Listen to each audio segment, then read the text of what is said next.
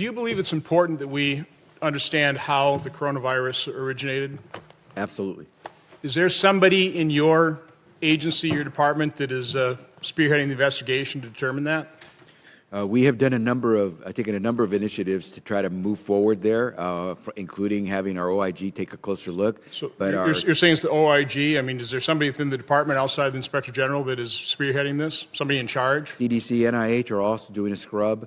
We're all trying to get as much information. The difficulty is that we're not getting a lot of cooperation from some of the sources externally that probably can give us. Let's talk about lack of cooperation, because I'd say the same thing's true in terms of cooperation out of the agencies. Do you believe the public has a right to know how the agencies are spending their money and how they're operating?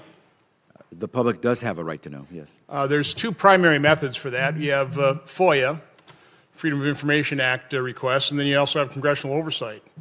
Would you agree that FOIA is generally subjected to more redactions than congressional oversight would be?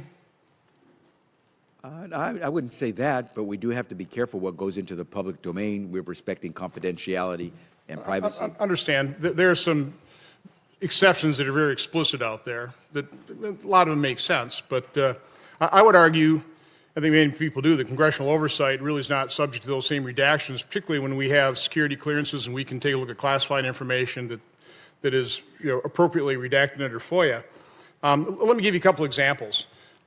We requested these documents. By the way, in June of 2021, under a FOIA request, court ordered 4,000 pages of different documents, primarily emails of Anthony Fauci, were produced under the FOIA. In September 2021, that month we had 5 members of Homeland Security Governmental Affairs ask for those same pages unredacted. And there's a law that says you shall turn that over to us. In September 2021, we started working with HHS to produce those documents in an accommodated process. So we narrowed the 4,000 pages down to 400 to get those things unredacted. They weren't handed over to us. What we did, we were allowed to read them 50 pages at a time in a reading room and take notes. Some productions we did get, for example, we got this document dated February 4th between Anthony Fauci, Jamie Farrar of the Wellcome Company, and Francis Collins. You see the redactions here. This is the same document produced under FOIA without the redactions. So now we know what was redacted, and this was redacted, by the way, under B4, which is trade secrets. One thing that was redacted here is Anthony Fauci saying, serial passage in ACE2 transgenic mice.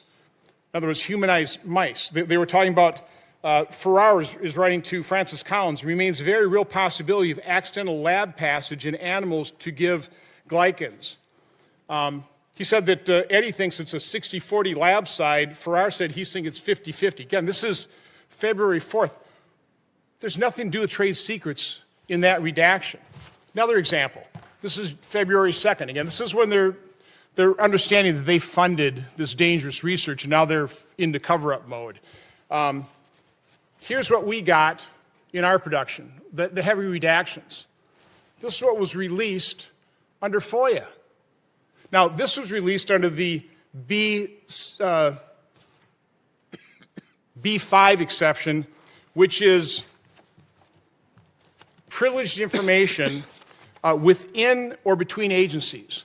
Again, this is with Jamie Farrar of the Wellcome Trust. So we had redactions with, privileged information. It didn't apply, and we still had it redacted. I don't have time to get into that. This is completely inappropriate. And by the way, you have produced 350 pages to us in the reading room. For over a year, we've been asking for the last 50 pages. This is what the 50 pages look like, okay?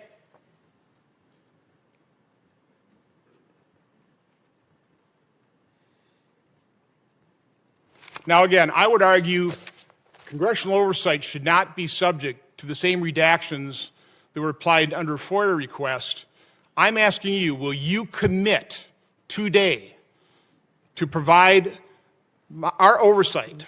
And Senator Paul is on this now. Again, we had 5 members of Homeland Security Governmental Affairs under a law that says you shall provide this, will you commit to provide us the last 50 pages of communication between Anthony Fauci, Francis Collins, Jamie Farrar, as relates to the origin of the coronavirus? Will you commit to that? Senator, I absolutely will commit to make sure we follow up with you on your request to get some of that information.